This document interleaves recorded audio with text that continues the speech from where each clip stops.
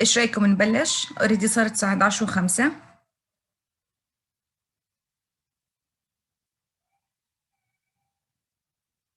الشغلة الثانية اللي بدي اسألها إذا بينت كمان عندكم السلايدات after sharing screen. سلايدات الدايابيتيز بين الدكتورة بين. اوكي.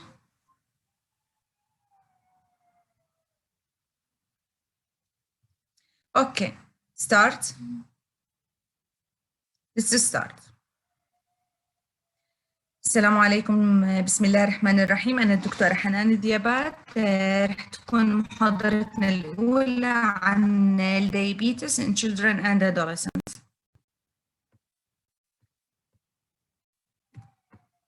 This is our objective for this lecture.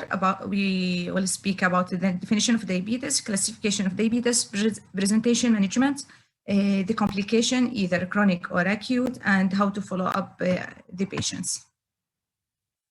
Okay, the diagnosis of diabetes mellitus in general, according to American Diabetes Association and the World Health Organization, we have three criteria.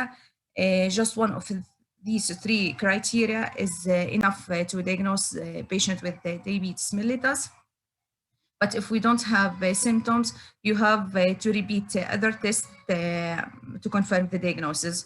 Okay, first we have classic symptoms, which we will speak about these symptoms later on, mainly polyuria, polyphagia, weight loss, diabetic ketoacidosis. One of these classic symptoms of hyperglycemia with random blood glucose more than 200 milligram per deciliter, fasting plasma glucose more than 126 milligram per deciliter, or after doing oral glucose tolerance test, or after doing oral glucose tolerance test.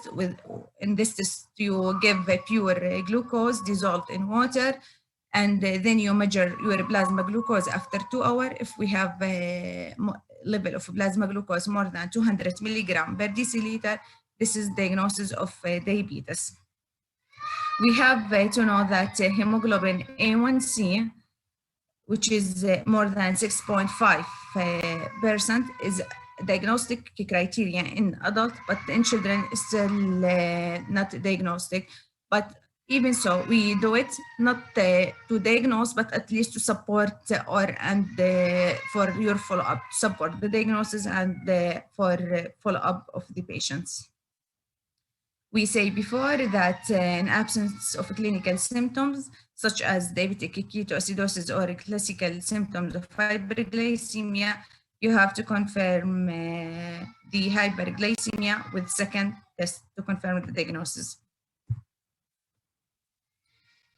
Here is the classification of diabetes. Now, or today, we will talk mainly about diabetes type 1, which is an autoimmune disorder lead to beta cell destruction and absolute insulin deficiency. This is type 2 diabetes mellitus, which is mainly in adults due to insulin resistance. Genetic defect of beta cell function, they inherited as monogenic disorder, inherited as autosomal dominant, like maturity onset diabetes of young, moody, and the mitochondrial disease. Gestational diabetes mellitus, which is transient during pregnancy. Genetic defect in insulin action. Diabetes associated with exocrine pancreas, like when we have cystic fibrosis, hemochromatosis. A drug, for example, steroid, thyroid, the hormone, diazoxides, associated with other endocrinopathies like acromegaly, Cushing syndrome, pheochromocytoma, hyperthyroidism, and also it's more common with other genetic syndromes like Down syndrome, Klinefelter, Turner, and Wolfram syndrome. Okay, as we said before, today mainly we will speak about type 1 diabetes. Type 1 diabetes, it's autoimmune disorder There is other type of type 1 diabetes, which is idiopathic, mainly in African American patients. They found that they have negative autoimmunity, so we call it idiopathic.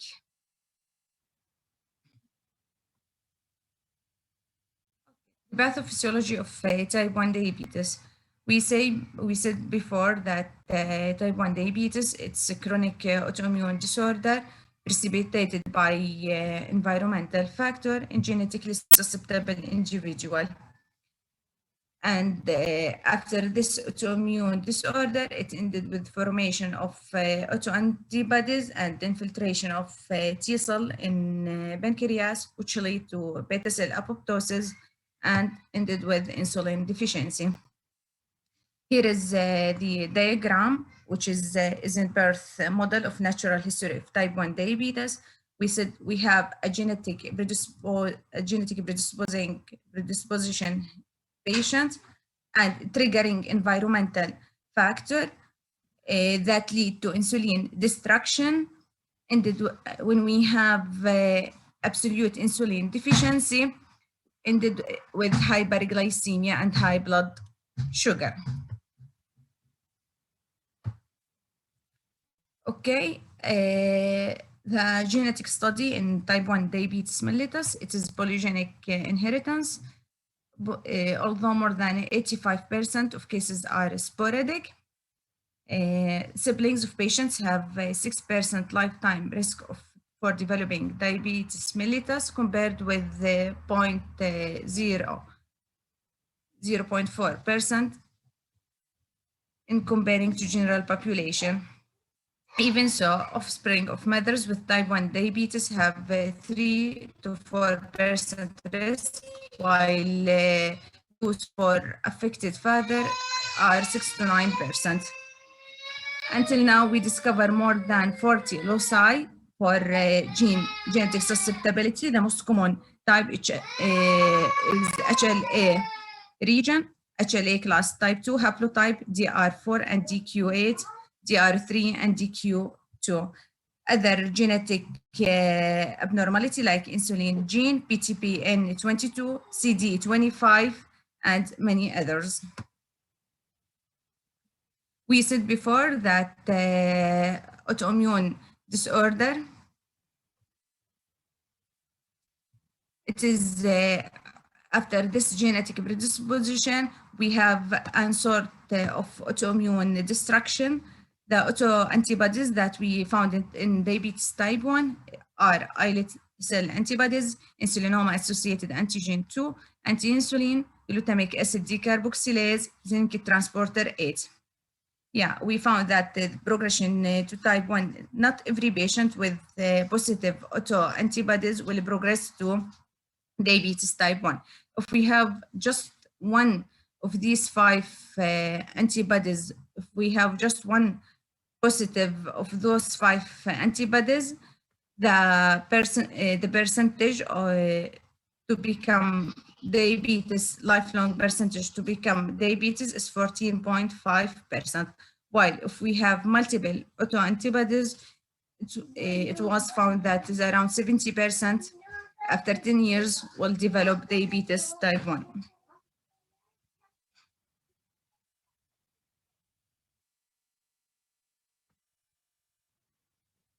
Environmental factor, after we have genetic predisposition that lead to autoimmune disorder, then we need a triggering factor that lead to beta cell destruction.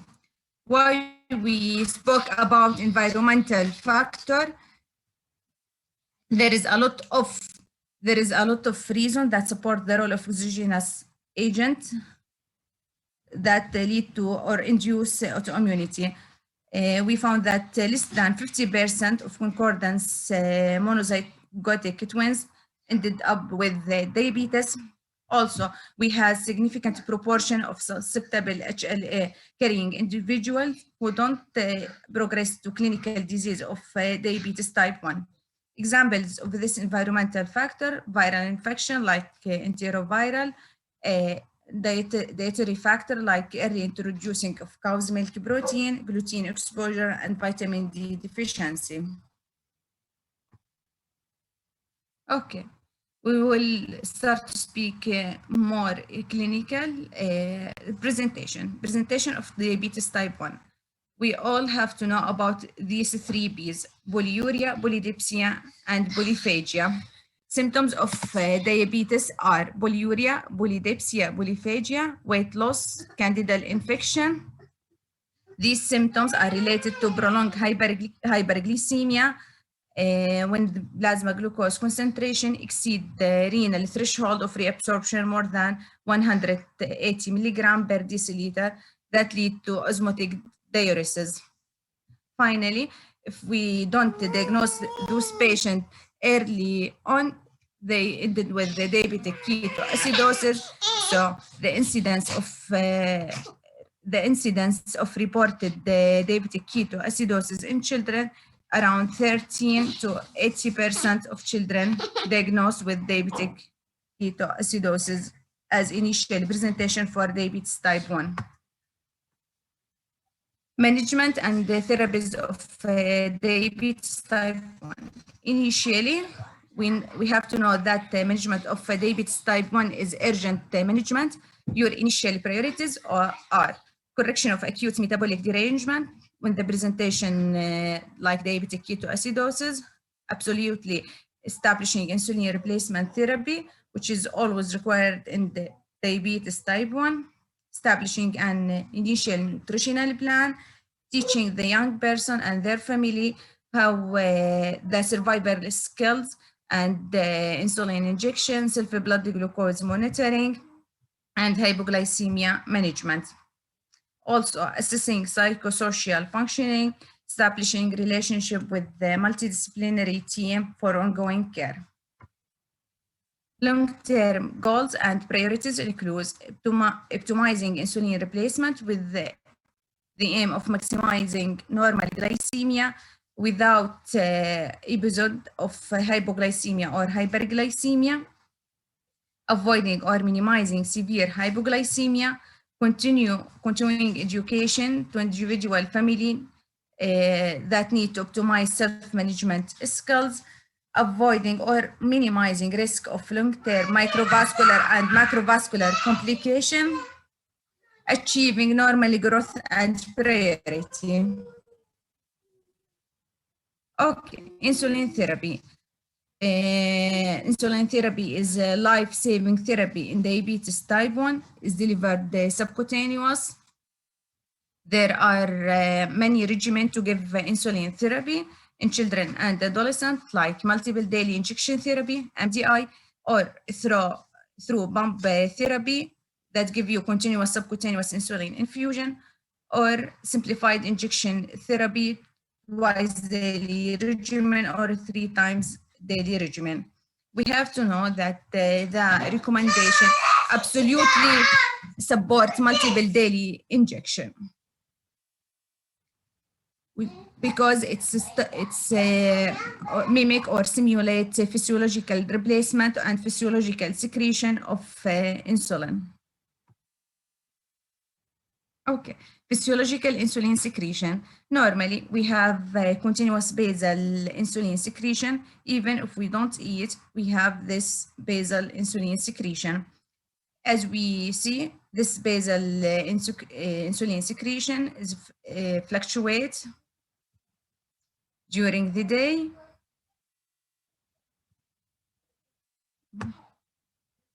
Just 1 second. Okay, and we have peak insulin peak during meals, concomitant with meals. Okay, this is normal physiological insulin secretion. Okay, in our management, we try at least to mimic physiological insulin secretion in this type of regimen, multiple daily injection, which is a recommended regimen to give it in patient, in children and adolescents. which is mainly basal insulin and bolus insulin. As we see here, basal insulin give you continuous insulin secretion, but with fixed dose for 24 hours, and rapid insulin concomitant with the meals.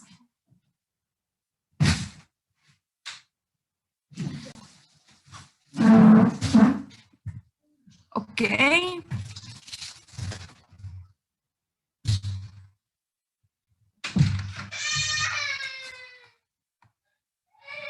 Other way to give insulin is through continuous subcutaneous insulin therapy. Here is the device, insulin pump, that connected with catheter, implanted the subcutaneous. This pump give you insulin in continuous manner through this catheter. And here is the sensor to read glycemia from subcutaneous tissue. The advantage of the pump, it gives you continuous insulin secretion, and here, and in this way of administration insulin, you can give basal insulin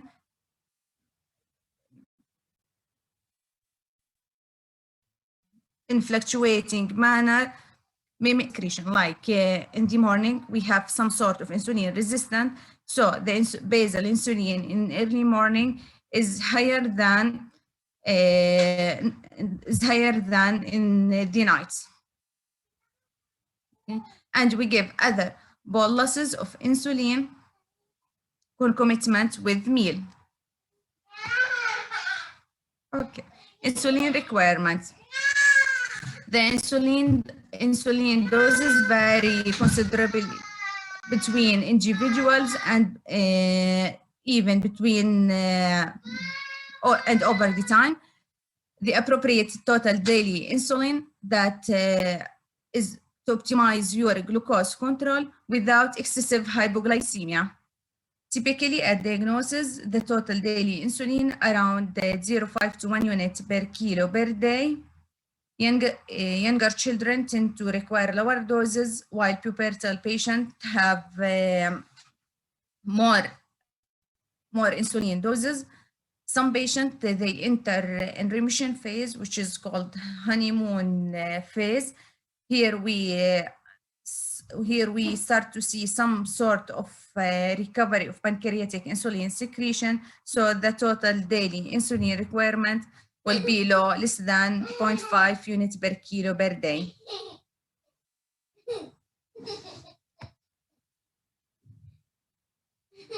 Okay, here is the list or the names of types of insulin. We have to know that now the synthetic insulin is a recombinant human insulin. These types differ between each other absorption profile. We have the rapid-acting insulin analog, include insulin aspart, insulin lispro, insulin glulicin. We have the short-acting insulin, Actrabid and Humulin, which is used in IV manner during diabetic ketoacidosis. We have the intermediate-acting isophane. We have the long-acting insulin analog like Ditimir, Glargine, which is Lantus, and the ultra-low insulin that contain rapid and long-acting insulin. What I want you to know mainly the main two important types of insulin, which is rapid-acting insulin and long-acting insulin. Because if we back to this slide, the most widely used regimen to give insulin in patients with the diabetes type 1 is to give basal insulin that give you 24-hour basal insulin, and rapid-acting insulin concomitant with the meals.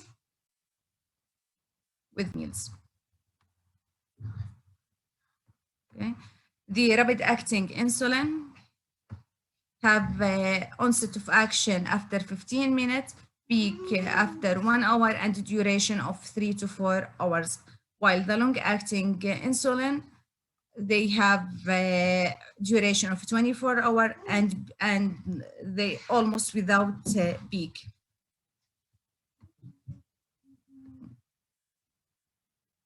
Okay, chronic complication of diabetes.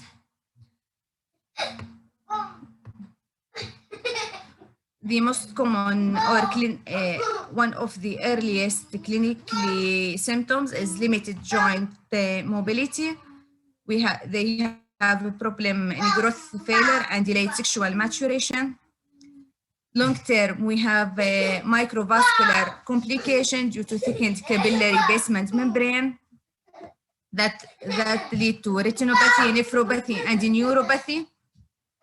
Macrovascular complication affecting mainly coronary, carotid, and other major vessels. Cataract, which sometimes occur early on during recovery from ketoacidosis. This situation usually disappear rapidly without surgical removal, but we have other type of cataracts, which is subcapsular juvenile cataracts due to chronic hyperglycemia and accumulation of sorbitol. In this type of cataracts, usually they have you should remove it through surgical removal. Now we will speak about associated symptoms with or associated diseases with diabetes type 1, like other autoimmune problem like hypothyroidism and celiac disease. We have also local complication due to insulin administration like pain, discomfort, bleeding, bruising, and the most common lipohypertrophy. Until now, there is any question?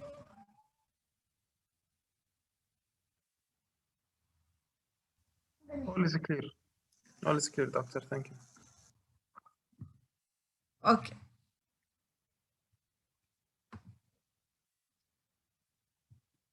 We want to speak now about diabetic ketoacidosis. First of all, we hope not to see patients with diabetic ketoacidosis. Take home message: when we see child with polyuria, polyphagia, polydipsia, please just make glucocheck so we can at least diagnose patient with the diabetes mellitus before arriving the serious life-threatening diabetic ketoacidosis. What we have in diabetic ketoacidosis? We have absolute or relative insulin deficiency. So we have, we eat, so glucose is there in blood, serum, but unfortunately the cells without insulin cannot use this glucose. So the cells, since like we are in starvation, that there is no glucose to use it as fuel or as energy, so they start to produce glucose through gluconeogenesis and glycogen lysis. But again, unfortunately, this glucose, we cannot use it without insulin. So they start to search for another way to give energy through lipolysis and ketogenesis, which ended with ketonemia and metabolic acidosis. And this hyperglycemia in blood serum lead to osmotic diuresis and loss of water and electrolytes. We also have lactic acidosis from decreased tissue perfusion and sepsis.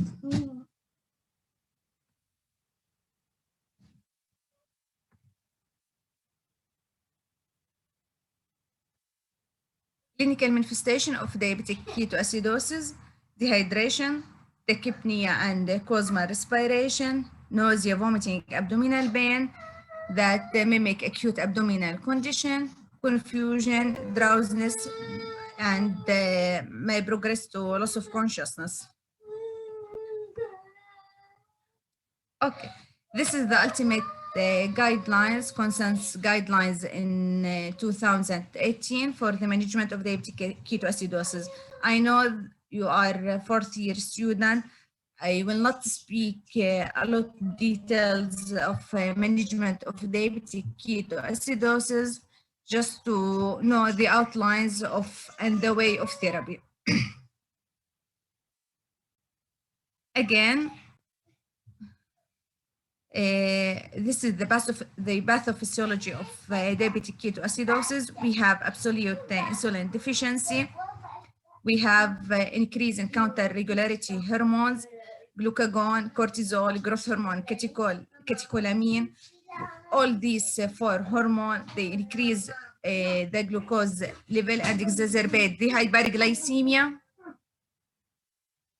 So we start to have proteolysis, and for gluconeogenesis, we have glycogen lysis, we have lipolysis, so increase the free fatty acid, increase ketogenesis that lead to acidosis and that lead to metabolic acidosis.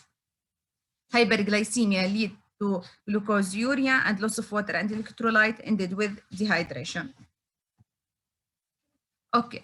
Management of diabetic ketoacidosis, the goal of the therapy is first to correct the dehydration after all the water losses, then to correct acidosis and reverse the ketosis. Third, to gradually restore hyperosmolarity and blood glucose concentration to near normal. We have to know that in your management, the drop of serum blood glucose should not be more than 100 milligram deciliter in 1 hour. So it's gradual drop. Then monitoring for complication of diabetic ketoacidosis and identify and treat any precipitating events. Okay. In emergency department, when a patient is arrived with a devastating event, we have to make sure about ABC, Glasgow Coma Scale. Then you have to assess degree of dehydration and to obtain a blood sample for lab measurements. First, serum and plasma glucose to confirm the hyperglycemia more than 200 milligram per deciliter. You have to send the blood sample for electrolytes, blood urea nitrogen and creatinine, ABG to check for venous pH and the CO2 and bicarbonate, hemoglobin, hematocrit, and complete blood count. Just a comment that even if we have increased white blood cell count, it is not always indication of infection. It may be due to stress. We also have to send lab like albumin, calcium phosphates, and the urine analysis for ketone. Then obtain, if the patient also complain of fever, we have to obtain appropriate specimen for culture, blood, urine, throats, if there is evidence of infection, and give antibiotic to the febrile patient if you think about infection.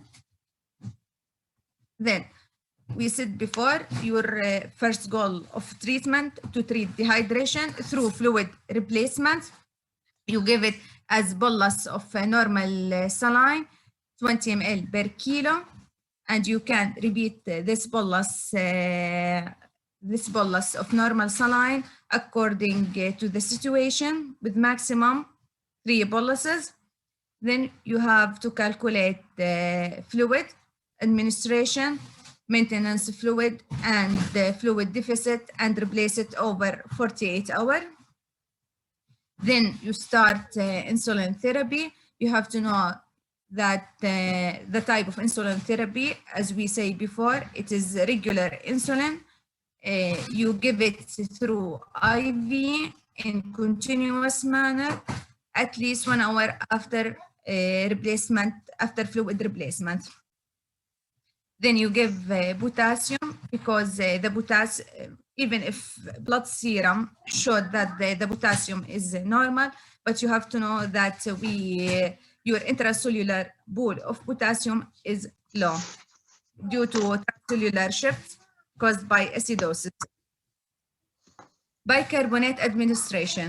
It is not recommended until in life-threatening hyperkalemia or unusually severe acidosis. دكتورة Yeah, ممكن سؤال؟ yeah. هسا البوتاسيوم والانسولين انا بعرف اذا البوتاسيوم نزل لدرجه معينه بوقف الانسولين وبعطي البوتاسيوم لحاله ولا بعطيهم مع بعض؟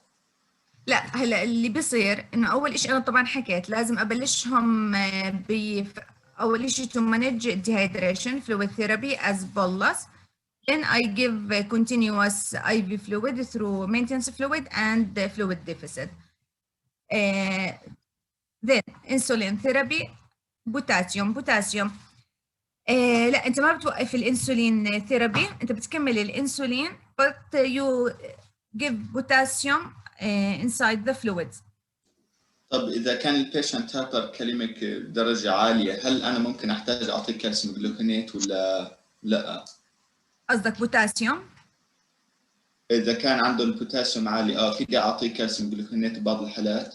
اوكي هلا انا ما دخلت معكم بالديتيلز على كل، يعني البوتاسيوم انا ما بعطيه الا افتر اصلا كاتبه هون if there is hyperkalemia you postpone giving potassium. هلا اذا انت رح تعمل بيز لاين لاب اوكي، فاذا اصلا انت عندك البوتاسيوم ليفل مور ذان 5 initially بالبدايه ما رح تعطيه بوتاسيوم، بس انت رح تضلك repeating these labs every 2 hours. بأي وقت بصير البوتاسيوم عندي نورمال ايفن النورمال ليفل بتصير تضيف بوتاسيوم على الفلويد تبعي، بس إذا أنت initially عندك البوتاسيوم ليفل هاي لا ما بتعطيه بوتاسيوم initially. تمام شكرا دكتورة. ولا يهمك. السكند مسج هي البايكربونات، حكينا يعني إذا حدا بيسألكم عن موضوع البايكربونات is not recommended.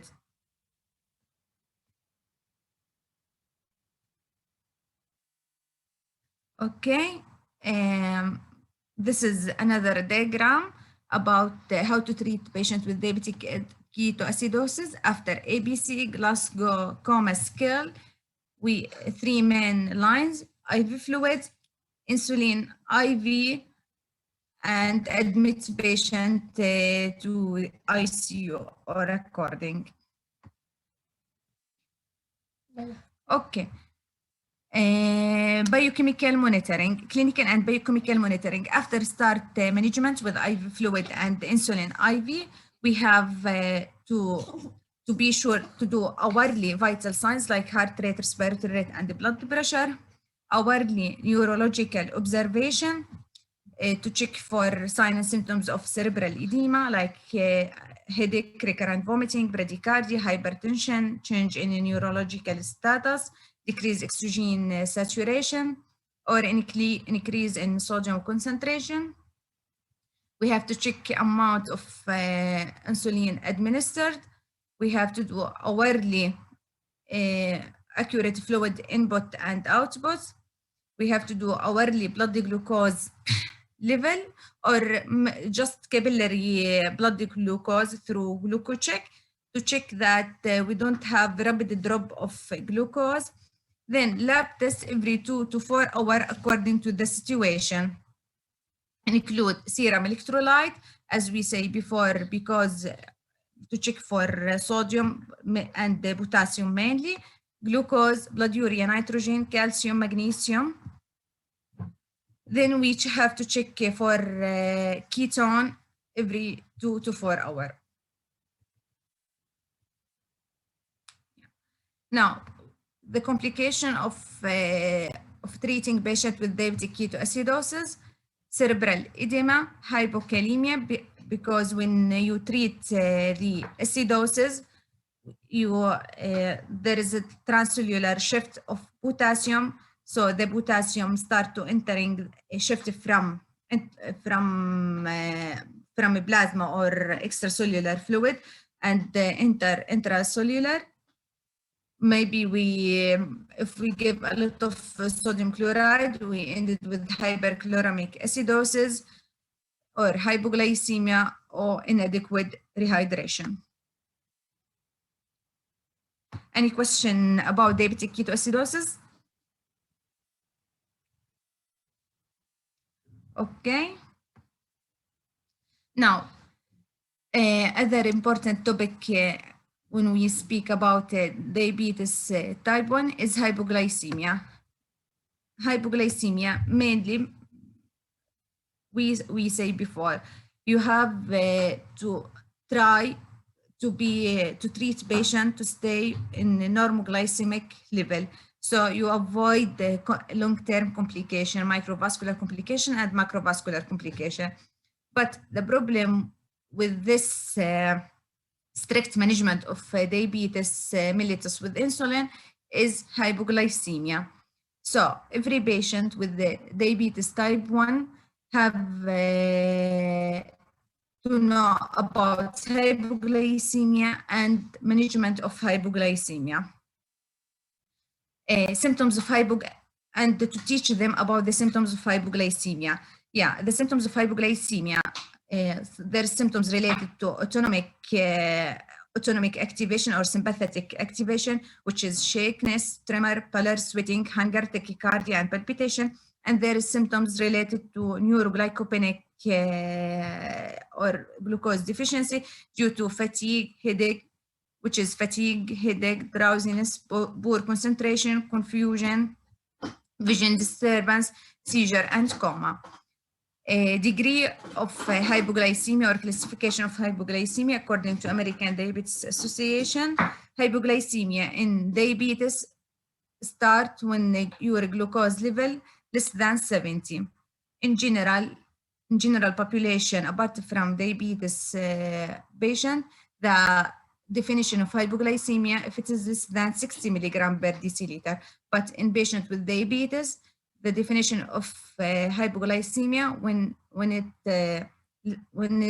the glucose level less than 70 milligram per deciliter, level 2 or level 2 hypoglycemia when the level is less than 54 milligram per deciliter. Severe hypoglycemia when there is altered mental status and loss of consciousness. Treatment of hypoglycemia. In mild or moderate case, when the child is alert and he can take food, we give the treatment is to give them pure glucose orally around 10 to 20 gram or 0.3 gram per kilo, or simply just 1 spoon of glucose, or يعني حتى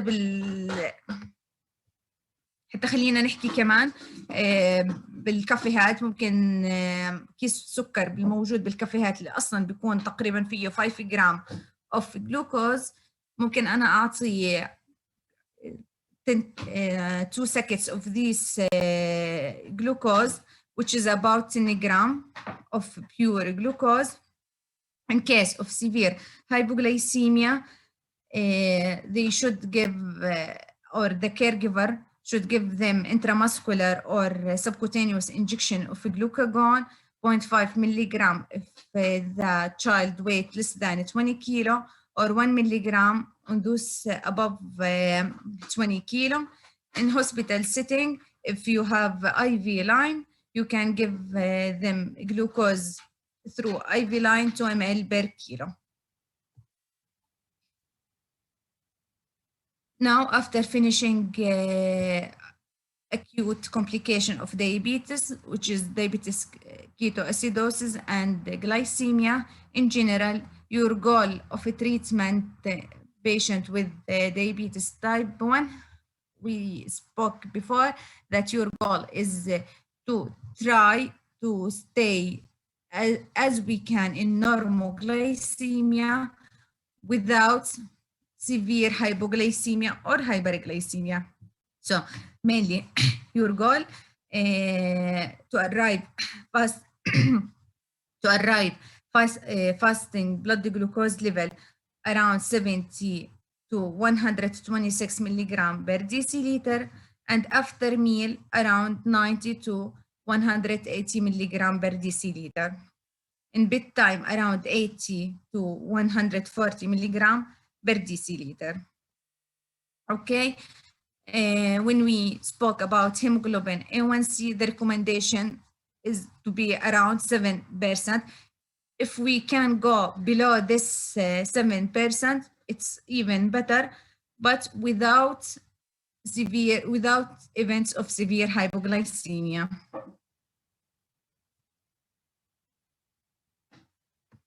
Okay, now we finished the lecture about diabetes type 1. Any question?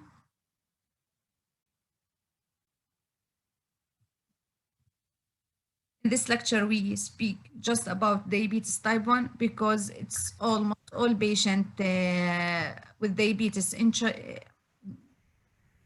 children they are type 1. Question? الله يعطيك العافية دكتورة. تفضل الله يعافيكي.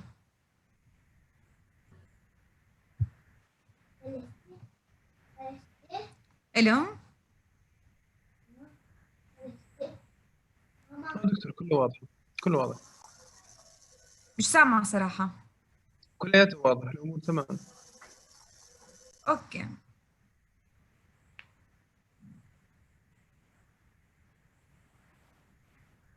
خلينا نحكي في الآخر. المسجز هي إذا جانا أي طفل كنتم تكونوا في أي مكان، لازم نعرف إنه إذا جانا أي طفل في symptoms of polyuria, polydipsia, polyphagia, weight loss, simply gluco check. تحكي لهم روحوا على صيدلية، روحوا على أي مكان، اعملوا gluco check. اوكي، this is the first message. فيش داعي يجينا الطفل وهو already Diabetic Ketoacidosis، لما نيجي ناخذ منهم هيستوري تلاقي له شهر بيعاني من بوليوريا او بوليدبسيا.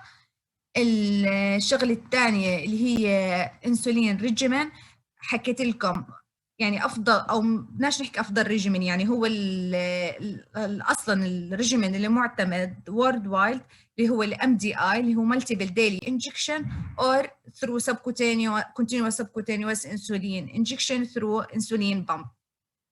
لانه بدنا نحاول قدر الامكان نعطي الانسولين بطريقه تشبه الفسيولوجيكال انسولين سكريشن.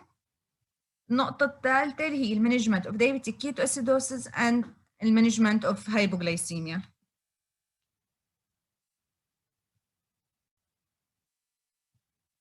أسئلة؟ طيب إذا ما في أسئلة رح أترككم 10 دقايق مشان على عشان نبلش بالمحاضرة الثانية. أوكي؟ تمام دكتور. تمام؟ تمام. دكتورة المحاضرة الثانية عن إيش حتكون؟ عن الثيرويد والأدرينال. تمام يسلمون. أوكي.